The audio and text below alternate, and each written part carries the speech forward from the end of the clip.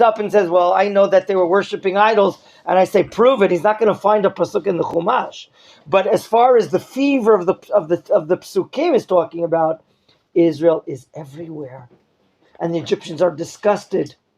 And when we're everywhere and we're not in the ghetto, and we're with others, soon we want to prove to you, I'll show you what it means to be a good Egyptian. This happened in Austria and Germany.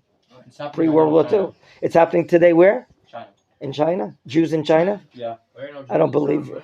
Come on, there's just a few... a couple hundred Kaifans. There's a Chabad house. There's a Chabad house. That's all there is. Gentlemen, what's happening is... And you're right. Let's get back here. There's avodah zara going on. There's assimilation.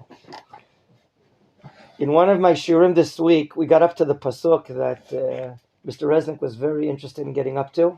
And the Torah says, and I'm quoting, Vayomer Hashem ra'o ra'iti. Ra'o ra'iti. Which verb is doubled up? Lir'ot. What did God see? Midrash Rabbah. I saw in the future they're going to be accepting the Torah, and I saw in the future they're going to be committing the violation of Chet Ha'egel. Chet Ha'egel, the sin of the calf. Yet, God is saying, I'm going to choose them anyway. What? What do you mean? He's going to choose us without a stipulation that we keep the Torah and the mitzvot? Yes. He's going to give us the Torah.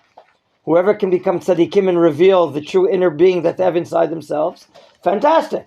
If not, God still loves Israel. The choice in the Jewish people is not dependent upon if you put on tefillin or you put it on the right way or not. We hope that each and every one of us will reveal the deep potential that we have inside of us. So therefore, we can come back and say that according to the Haftarah of the words of Yeshayahu, he is talking about the idolatry that's happening in his time and after his time. And what I want to treat today in the Haftarah is the subject called kibbutz. Pronounce it better? Galuyot.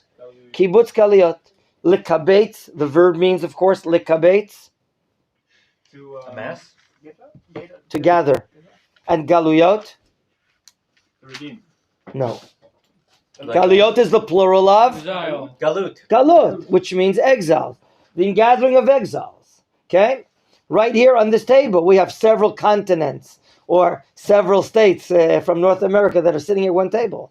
That's called kibbutz galuyot. And the question is it going to happen by will? Or will it be happening by no choice? You and I have a bracha that we recite in the Shemot Esrei. We do. Oh, is that it? What is it? Tekabe shofar what? Well, sound the great shofar to gather in the exile. Where did the men of the Great Assembly find this idea? Can you find it? That's my question to you. Can you find it? Oh, I found it. Shh, don't tell everyone. Let them work hard as well. Ah. Yeah, found it. Shem mi shibolet hanahar.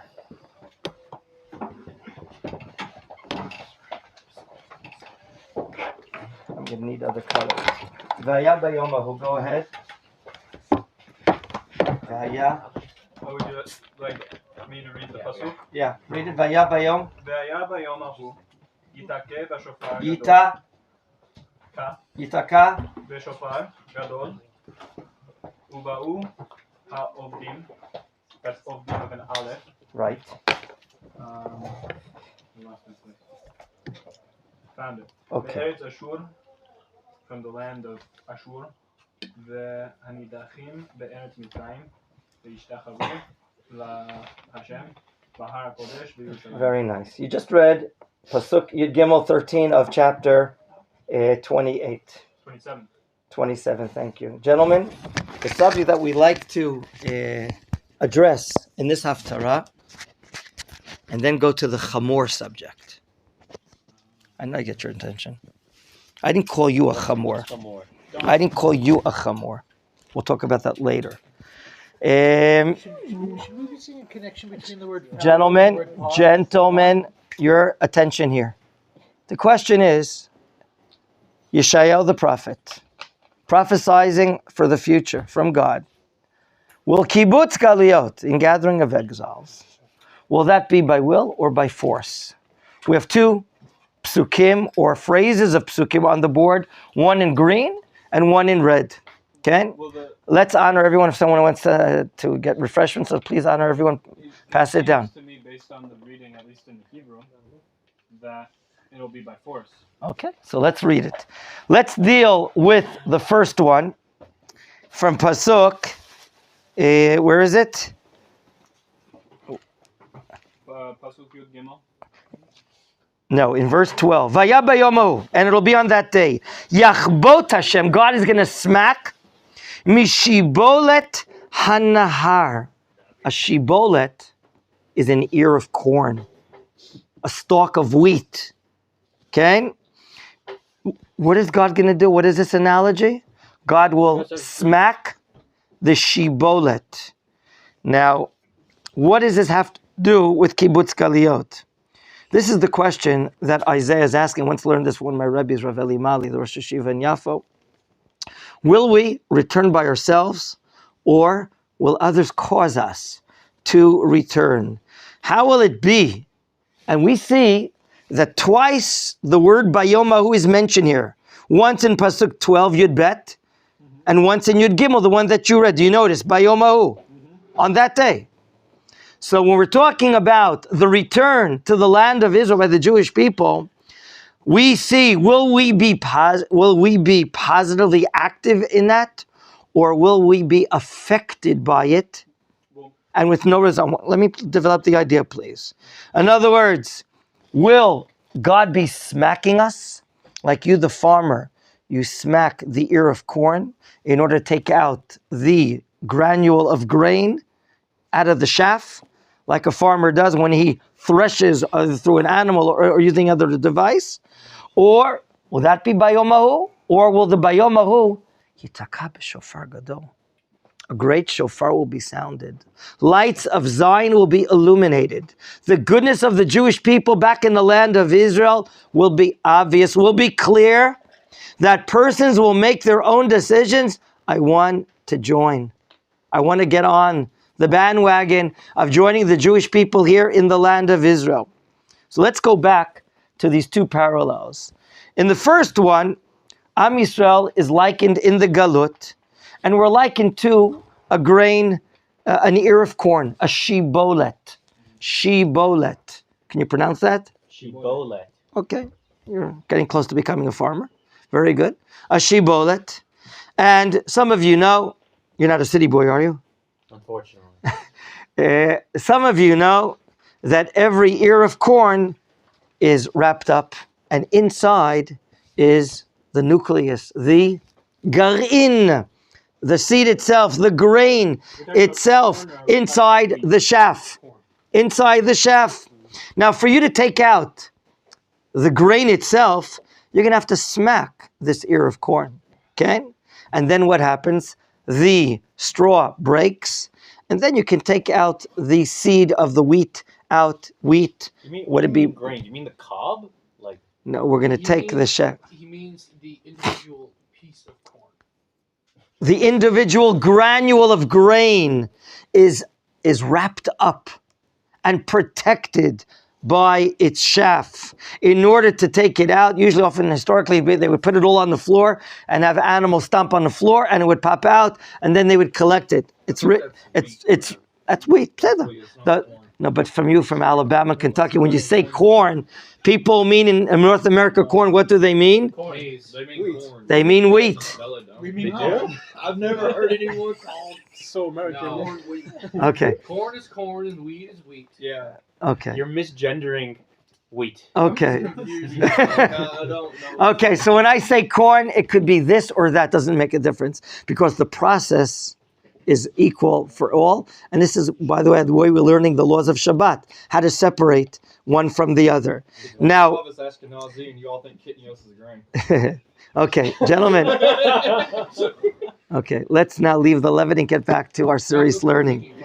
Gentlemen, the garin, the granule of wheat or any other grain, what is it being? What's happening to it? It's being smacked. It's being afflicted. It's going through affliction. Who is the analogy of this pasuk? The Jews. The nation of Israel in the galut, that they're going through affliction. Only after they're broken and afflicted will then they go forward. Just like the farmer, excuse me, sir, just like the farmer, when will he go ahead and collect the individual granules of grain? Only after it's separated from the chaff. So this granule of grain is a partner in the process of what? Making you wheat. But what kind of partner? He is active or he is passive, this grain. Active.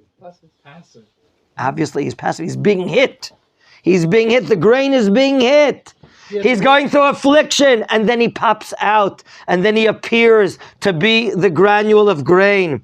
So therefore, the garin, in Hebrew, garin, this granule of grain is a partner in the process, but in a not in an active sense.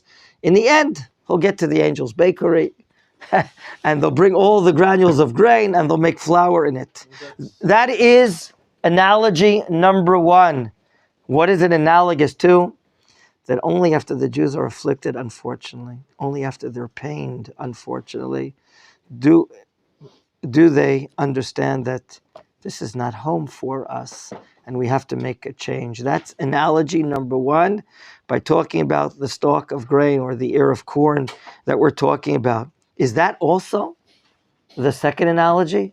Yeah. The second analogy opens up v'haya bayomahu, on that day, the same like the first one. Bayomahu yitaka b'shofar gadol. He will sound this great shofar. What is the sound of the shofar? It's to awaken. Do you remember what the Rambam writes based upon the Psukim in Yirmiyahu regarding the mitzvah of sounding the shofar, to hear the shofar on Rosh Hashanah? Mitar damatchem, Yirmiyahu says, wake up from your slumber. The Rambam writes in the laws of shofar regarding Rosh Hashanah. The sounding of the shofar has a deep, significant purpose. And that's for us to listen to it and see, hey, what are we doing? We should wake up. We should be aware of who we are. What is our identity? And to whom do we belong to? So here, there could be very well a lot of Jews that are going to come up and make aliyah. That's what the analogy is about. Because they understand the value. They understand the virtue. They understand that they are not at home. And in an active way, that's how many early pioneers joined this song of Zion to come back to the land of Israel and be active partners. So what do we see? In summary, that this great idea of kibbutz galiyot could be a process of various ways that God is bringing the Jewish people. It could be dependent upon generations. It could be dependent upon nations that are afflicting us. And it could very well be that many Jews, for instance, talk about the first one, are so isolated, are so assimilated amongst the nations that you can't rescue them. Only through what? Them going through affliction, going through pain, going through anti-Semitism, going through all these difficulties. And only by that can you separate them from the nations that they're living amongst. And they're like wrapped up like the shibolet, like the ear of corn is, or like the stalk of grain. It's wrapped up with an outer peel and outer shells, and they don't see what's going on. There could be then a spirit of anti-Semitism, a wave of hatred. Rabbi Simcha of Devinsk, right, the author of the Or Sameach on the Rambam, his also commentary called the Meshech Chochmah on the Torah. He writes about this 100 years ago, right before the Holocaust, that he can see and trace Jewish history where Jewish people settled, whether it be Spain, Portugal, Austria, Germany, or any other European country, and they started to instate their social institutions, their cultural, their religious institutions, and they feel at home. They don't even feel that they're strangers. And only through, all of a sudden, will God bring this upon them, this wind, this current of anti-Semitism, of blood libels and persecution. And the hope is to come back to Zion. And the disappointment is when they go off and looking for another country, a different country. Very interesting commentary. The Meshech Chochmah is called on the portion of the week. Whereas there could be another part of society of Jewish people in a certain generation that they're in hope of. They're anticipating to hear the shofar of, fill in the missing word. Who is it referring to? The shofar of Mashiach, the shofar of the Messiah. And once they hear it, they know it's a time of grace. It's a time to stand up and go out. He immediately packs up his Samsonite luggage and he makes Aliyah to Zion. About 100 years ago from Yemen, we saw in the year Tafresh Mem Bet, 120 years ago, that the Jews in Yemen had a tradition and they're waiting for a certain pasuk to come in formation that this was going to be the year. And when the year happened, Tafresh Mem Bet, 40 years ago, they thought that's the end of the Galut. What did they do? They started packing up and coming to Eretz Yisrael. Some of those were the ones that were settling in the old city, south of the old city called Kfar HaTeimani. Have you heard next to the city of David? What is the name of the village, Achiud? Kfar HaTeimani. It's called the Yemenite village. In 1924 was it? They were they were persecuted and kicked out of their homes by the local Arabs. But those are part of the Jews that made Aliyah 40 years earlier, and he made Aliyah to Eretz Yisrael. So too, do we see descendants in the students of the Vilna Gaon and the students of the Baal Shem Tov and rabbis and congregations from about 200 years ago. It's even much earlier. So I want to go to the second part of the pasuk that I didn't put on the board.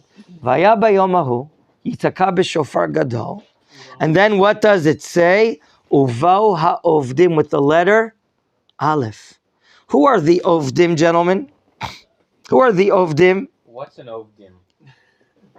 Pasuk Yud Gimel verse 13. They're outcasts. Slave? No. Servants.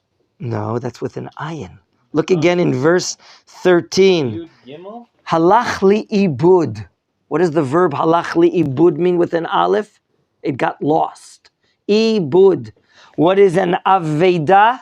A lost object. When you go to Eged, there's lost and found. So it's called avedot, lost objects, with the letter Aleph. Absolutely. People find the best of their properties not taken an issue to them. My dear friends, what is the prophet saying here? That there's going to be a time when Jews are just astray, lost, have no connection or bond to their nation and to their land. And there's going to be a time, a current. The early settlers, pioneers, called Chovevei Tzion, the lovers of Zion. They came in the late 1800s and started building towns, pioneering towns, agricultural settlements, especially in the area between Netanya and Chadera. We have Chibat Zion, a community called the Love, and many were led by a lot of religious Jews that were coming from Europe, a lot of great rabbis, and they were mivaser, announcing Bisarot Tovot. So we can see here from these two psukim, two methods before us for the Jews coming back. One through the landing of us being smacked, persecuted, and hit, and then Jews learned the hard way, unfortunately. And there's another way, a much more positive way, through education, through awakening and finding ourselves. Which one do you pray for? Whichever one happens sooner. I like Do we have one mentioning of returning to Zion in the Shemot Esrei, or two? The obvious bracha that we now know the source of is sound the shofar gadol of Mashiach and let people come. We're hoping they're going to come positively. What about the blessing of the service of God right before the blessing of thanks? How does that bracha conclude. Baruch Atah Hashem. We're blessing God that He does right now in the present tense. Hamachzir, He is returning. Shchinato. Letzion. Is there another word? What's the prelude to that blessing? V'techazena einenu. May we envision in our eyes, b'shuvecha, your return. To where? How? Next word. No. The next word. I repeat. V'techazena einenu. Let us, God, please, let us view in our eyes, vision in our eyes, your return to Zion. Berachamim. What does that mean? Compassion? Out of mercy, out of compassion, not out of whacking us, not out of anti-Semitism, not out of persecution. I remember one of the great rabbis in my Beit Midrash. He told me 35 years ago, Rabbi Shabtai Sabbati, the Rosh Yeshiva in Mitzpeh Yericho. He says, this is the time that they have to come back. That was in the early 80s. This is the time that Jews have to come back before it gets difficult. Who knows, in whatever European countries, whatever. We know how our brothers in Soviet Jewry suffered for decades and decades. 70, 80 years, communist Russia tried to obliterate the name of God, did not allow them freedom of religion. And everything, any person that could, had the courage to go through a Brit Milah, they would meet secretly in the kitchen of someone's house in Moscow or Leningrad or St. Petersburg. I met the very brave Mohel that literally performed thousands upon thousands of circumcisions to Jews inside kitchens where they were hiding out there from the KGB and other institutions because Jews were willing to, even parents, were willing to go through and do this Brit Milah under difficult conditions. And they tried to obliterate the name of God. But thank God they fell and the doors opened. And now so many of our brothers have joined hands with us here in the land of Israel. It's like a miracle. I myself, I was a student in university. And I joined the student struggle for Soviet Jewry inside New York. And for us, it was like a dream. You know, we had the image of the Iron Curtain in front of our eyes, that it was truly iron. You could not break through Eastern Europe and communist Russia. It was just an iron gate for us. It was like, we never, at least I'm telling you what I felt. I don't know what my comrades felt in university. I felt that I felt that it was, it's not gonna, it's, you know, it's like the end, it's gonna be the end of days. Who would think about it? It can't happen. And you know, once we went, don't tell people, we went into the Russian consulate in New York, and we sat in their offices and started screaming, "Let my people go!" And they were calling the police. We refused to leave until the police almost arrived. Don't tell anyone this. And we went against the law. And You were lucky that they called the police. They could have just not let you left. Because it's international territory. They could have just said, right. So we once joined this demonstration there in university. I remember going to them, and we thought for us it's a dream. It cannot come true. And look what God did. Communism fell, broke apart. And now Jews have the liberty have the liberty if they want, and to join us willingly. Until then, it was by force. They were being hit and persecuted. Don't even think about religion. How many people tried to smuggle tefillin into communist Russia in the 70s and 80s? Rabbi Meir Kahana, in blessed memory. Rabbi Tao of Merkaz Rav Kook did so much to try to smuggle in tefillin to Jews that wanted to put on tefillin. So here we see that our term today is we see by force, and our prayer is, let it be barachamim. Let people see the return of God. The return of God is the state of Israel. Like Rav Kook writes, the state of Israel is a fundamental vehicle in bringing the Jewish people back. What's written in the Megillah of independence? The scroll of independence, what's the purpose for the state of Israel? For the public mitzvah called settling the land of Israel. There's no greater noble or holy purpose than that. That's what the state of Israel is really about. Think about it. That's holy. So what if the people are not doing this mitzvah? That's really the purpose why we're here. We have to educate ourselves for that, and we have to bring the light to our friends in Europe, in North America, and all these places. That's one point. And now let's get to the donkey. Okay, It's time for you to go. No. Let's get to the donkey. Where, I'm going to ask Mr. Moshe to come on the board and write the word in Hebrew, donkey. Because this has to do with the days of the Machon. Yes, sir. It's Chamor. Shh. Red. Just erase everything else. Gentlemen, is Chamor mentioned in our Parsha? Yes. Because you wanted to get to another part of the Parsha. And this is in honor of Mr. Resnick, who would like to see some other parts of the Parsha. Where is a Chamor written in our Parsha? You saw Hirsch? Well, there's one in Bilam. No, in our Parsha. Wait, no. In Shemot. What's the mode, the vehicle that Moshe rode on? A donkey. A Cadillac? A limo? A limo. Volkswagen Bug. Let me find out which chapter and which pasuk can you find Moshe Rabbeinu's mode of transportation. Four-state Mexican transport. Okay, it's enough jokes. I'm sorry. Is it enough for you, Rob? Excellent. Wow, you have a beautiful calligraphy handwriting. It is. It's nice, Moshe. Amor. Gentlemen, who found it? Perek, chapter? Chapter Gimel. Perek I Gimel. need that in numbers. He said Gimel. He wants you to think. Gimel. That's 4. 3. Damn it. So you didn't think. I tried. Clearly not. Dalet. It's really in Dalet. Gimel or Dalet? Tarek. Okay. Found both. Do you see the Chamor of Moshe? Yes or no? Not yet. Who found it?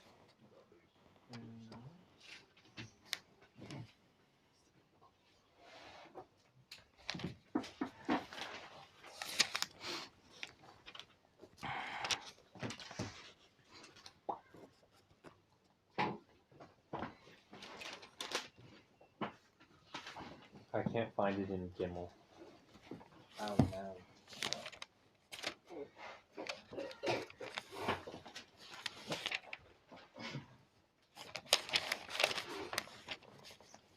Does it perhaps not exist in our Parsha? So, is it when Did you Moshe was sent back to Egypt on a donkey with his family? So let's see. Where do you find it? Because that's next week's Parsha. Very good. This week's Parsha, we're You found it? Thank you. Dalet Dalet Kaf. Thank you. Rabbi Listman. This week's Parsha, at the end, we're left in the middle of an argument with Hashem and Moshe. But before that, look you, sir, in chapter 4, verse 18. I'm reading now the next 3 verses, 18, 19, and 20. Are you with me? Not Of yet. chapter 4. Vayelech Moshe, Not yet. Vayashov el Yeter Chitno. Gentlemen, I'm here.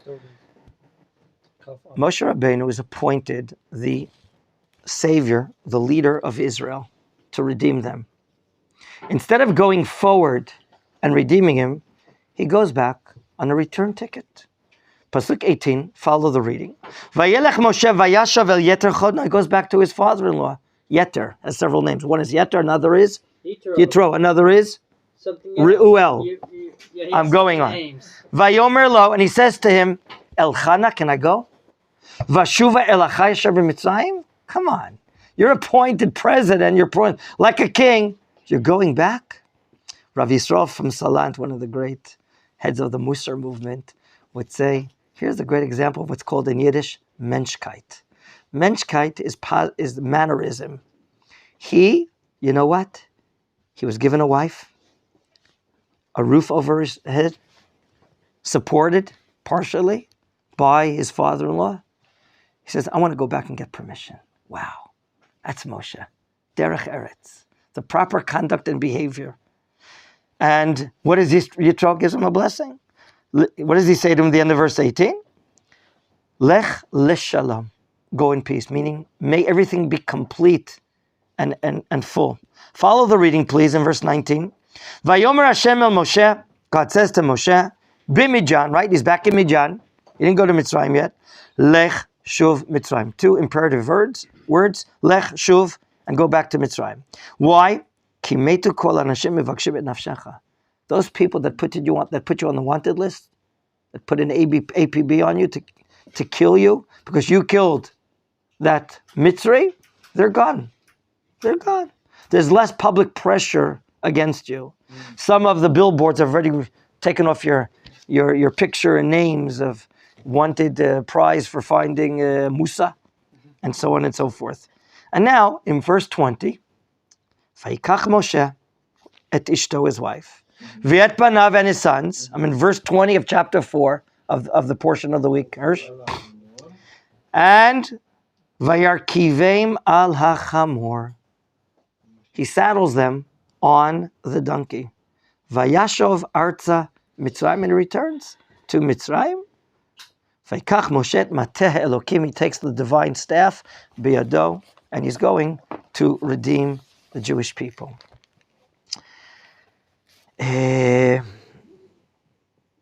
From here, excuse me, sir, the Midrash says that maybe some of you know that when the Mashiach comes, he's not going to be riding on a Cadillac or limousine, but he's going to be riding on a what? Donkey. Hamor. I'm happy you said the word chamor, but I want a correction on the board.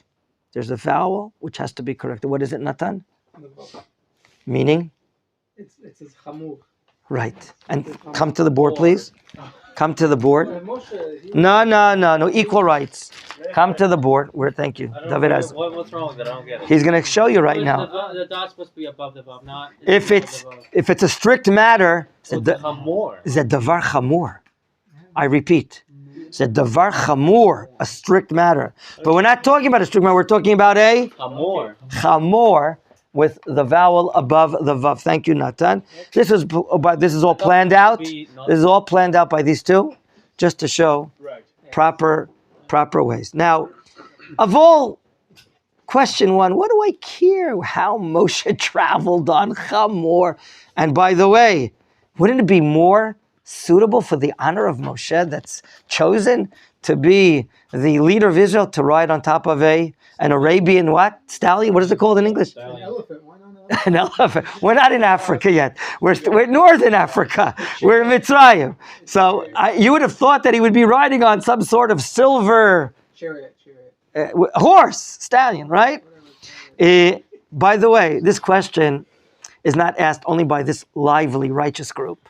This question is asked by the Gemara Masechet Sanhedrin. But before we get to the answers, we'd like to host Achihud's question first. How did the Mitzri know that Moshe Something to drink, please? killed the guy when Moshe killed him with the divine name? It wasn't like he reached out and struck If you read the other psukim, afterwards, we can learn, thank you so much, we can learn from the psukim that he killed him with a name, with a dibur, but this is not the place to do it. But how did he, if he spoke a name to him, how did he know that the guy just didn't drop dead of a heart attack because he didn't put his hands on him? God told us. But how did the Egyptians know? Yeah, how did the Egyptian know? How did he look at him and go, oh, he killed him with the name of God? That's a cute question. I think it's because the Hebrews. Is there a midrash? It says that First of all, it's clear from the psukim in the second case that they understood it. He's asking, how do they know? Good question. I don't know. Right now, I don't have to think about it. Let's go in order. B'vakasha, Malte. According to what we see here, Hamor is different as written here than There's no vav on the board. Very nice. I'm very happy he noticed it. Chamor here is written, as we say in Hebrew, chaser, meaning Missing. lacking the vowel, the vav o, the cholam, the complete o vowel, which is a vav and a o, a dot on top of it, called the cholam. But there are ways that we can write things chaser, missing it. We can write many words with the e vowel, the one dot, without which letter? Yud. Very good, Yaakov. Very good. And I like to use this as a springboard to go further. Why here is it written in lacking chaser? I'm not giving the answer yet. You want to say something, sir? That was my question. I don't believe it. Both of you sitting along one another? Well, why is it written that way? My original question You was probably planned this. No, collaborated with one another in advance. Baruch atah Adonai Eloheinu melech haolam, she'akol niyeh b'dvaro. Amen. Go ahead, sir. What do you mean? I have nothing else to. You want to hold your peace? I'll save my question. For Okay. later. My dear friends, the Yalkut Shimoni says in Parshat Vayera, the same chamor that our father Avraham Avinu rode on in Route 2, to go and kill his son, sacrifice his son. Akedah. The same chamor written explicitly en route to Yerushalayim, Har, which mountain? Moriah? Har HaMoriah, very good. Pronounce it? Moriah. Very good. From the word moreh, instruction will come out of that place. Moriah. Moreya, Yudhe, the teacher of God will come out of there. The same chamor, the Midrash says that Avram was en route to the Akedah with. Moshe Rabbeinu rode on that chamor in order to save Mitzrayim. We said Abraham wrote it, correct? And now Moshe is riding on the same chamor. Gentlemen, Must be like. Gentlemen, open up Zechariah, chapter 9, verse 9. Zechariah. It means the donkey is like hundreds of years old. Probably. Or it must be a spiritual donkey. Oh, very good questions you're asking. Very good. Because that's the tradition right on. Which sefer are we looking up? Sefer Zechariah. Who can find it? Very nice. You found it? Chapter 9, verse 9. You should get the experience having your fingers go through the pages. I don't even know what Zachariah is. You'll, chapter 9, verse 9, here it is. Where is Zachariah? Oh, okay. Here's a very important pasuk. Have you found it on your phone, Achiyud? Perek Tet, pasuk Tet. Only that. Otherwise, put your phone aside. Yeah, you. I'm not scared of you. Nevi'im? The Nevi'im? Of course, Nevi'im, yes. Okay, Tet. You with me? Yeah. I'm reading aloud. The prophet is talking about the future redemption. Gili me'od bat Zion. Gil is rejoicing. Okay? The daughter of Zion, rejoice much. Hari bat Yerushalayim, raise your voice in praise, the daughter of Jerusalem. Why? The next words. Hine malkech yavolach. Your king, behold, will be coming to you. Tzaddik, your king is righteous. Vinosha, who? And he was saved. Ani, he's poor. Verochev ala chamor. Verochev ala chamor. Very nice. Wow. Beautiful. Okay, and Malti noticed the chamor of Moshe is written without a vav, and now David notices the word chamor is written complete like this. Some of you asked, how old is this chamor? But your question seems to be small in size. Because if Zechariah says that the Mashiach is going to come on a chamor, and the Midrash says the same chamor that Avram rode on and Moshe rode on is the same chamor that Melech Mashiach will be riding on. And of course, the question that bothers you so much, we looked it up in the Guinness Book of Records. Who is the oldest chamor in history that can live from the time of Avraham Avinu through 400 years later, the days of Moshe Rabbeinu, until the days of the Mashiach? This chamor, the Moshe is going to take, is going to be that Mashiach from riding on? I just said that. And now we ask the following question. Gentlemen, the great Maharal of Prague, when we read Midrashim, that to us don't make quote unquote sense in our real, practical, physical world, we have to understand that Midrashim are not always meant to be understood in their simple face understanding, but rather Midrashim are often to teach us philosophy, values, morals, ideas, but it's not to be an account of an event that this is really what happened. But the Midrash tells us tales or stories, gift wraps them with these ideas in order to bring principles of Torah, of Emunah, of norms, of behaviors closer home. One of the greatest of our scholars that explains the Midrashim in a very pnimi, very intrinsic, inner way, is the Maharal of Prague. In our schools of thought, of Rav Kook and others, we often try to deepen our understanding to what the Talmud is telling us, what the Midrash is telling us, as far as not the non-halachic side of the Torah. We're not talking about the Agadah, from the word. Story. Tell me, formulate a verb from the word Agadah, Shua? The verb with the infinitive, Moshe? Agadah. Formulate a verb. Le what? You're getting warmer. Again? No, a verb, an infinitive. No, what is it? Leha. Leha. Lehagid. What does lehagid mean? I don't know. To tell a what? A story. Where do we see it in the Passover holiday? Haggadah. What's the verb again? Remind me? Lehagid. Spell it for every one of us. We want to be proud of you. Shh. I didn't ask you. Hey, Gimel, Dalet. Yud Dalet. That's it. Very good. Lehagid. That's enough. I don't want his head to swell. Now, Lehagid is really pouring out a pie. It was the MVT yesterday. Did you see that? Did you send it to your parents? Of course. Of course. Gentlemen, when we want to learn about the Agadah, that's what it's called. The tales, the stories in the Gemara, the Midrashim, right? It's the second part of the Gemara. The Gemara is basically halacha, but it has Agadah, tales, Midrashim, and so on and so forth. So let's go to the Maharal of Prague. I saw this in a beautiful article by a kollel of Herzliya, maybe 30 years ago, and I think I wanted to share with you, especially I don't have time to prepare the shirt. I have to take something.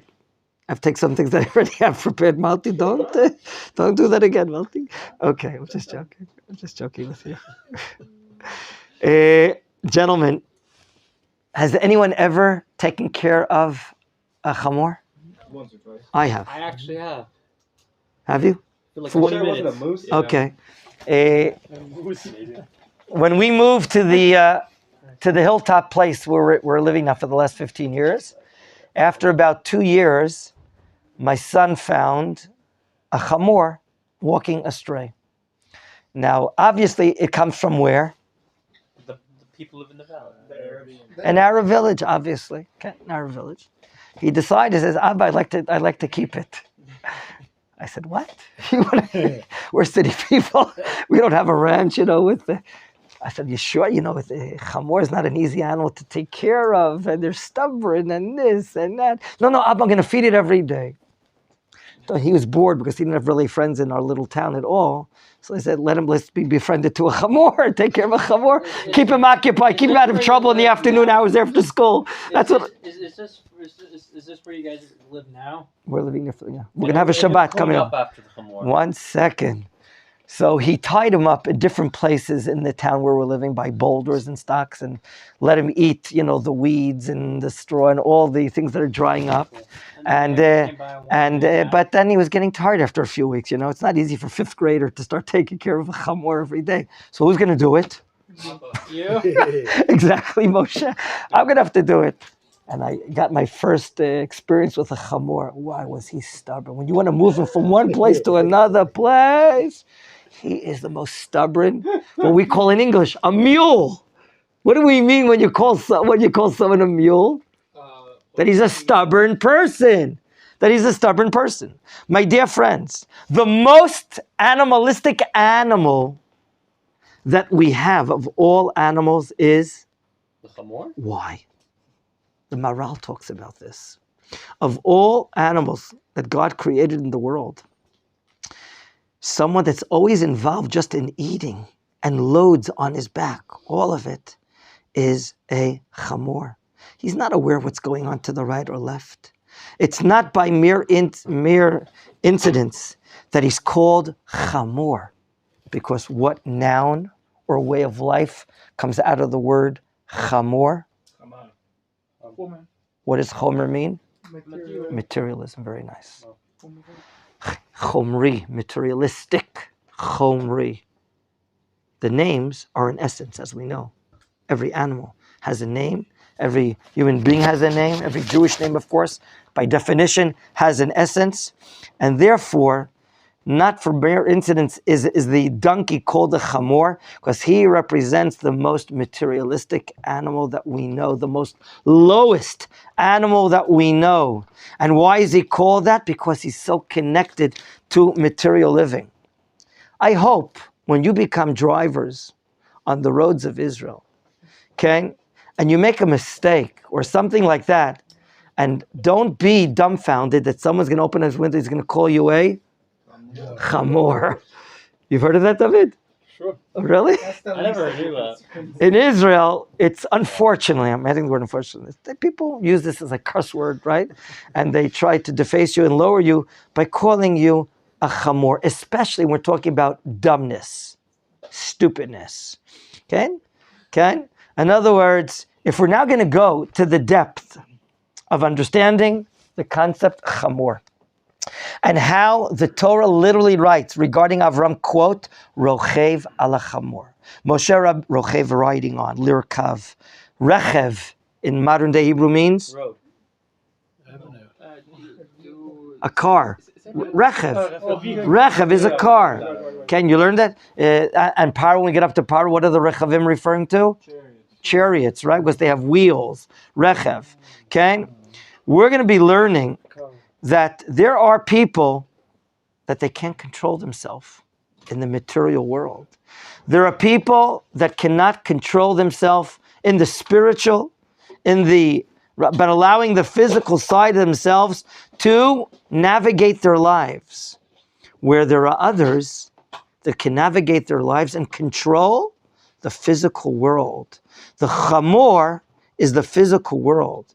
And here we have an answer to the question of the chamor from the time of Avraham Avinu until the time of Mashiach. We're not here talking, the Maral says, like you asked and you asked, about the same chamor alive. We're not talking about that. We're talking about, can you ride on the material life? Can you control the materialistic side of your life? Well, Avraham Avinu did it. So did Moshe Rabbeinu. And Mashiach, as we just saw right now in Zechariah chapter 9, verse 9.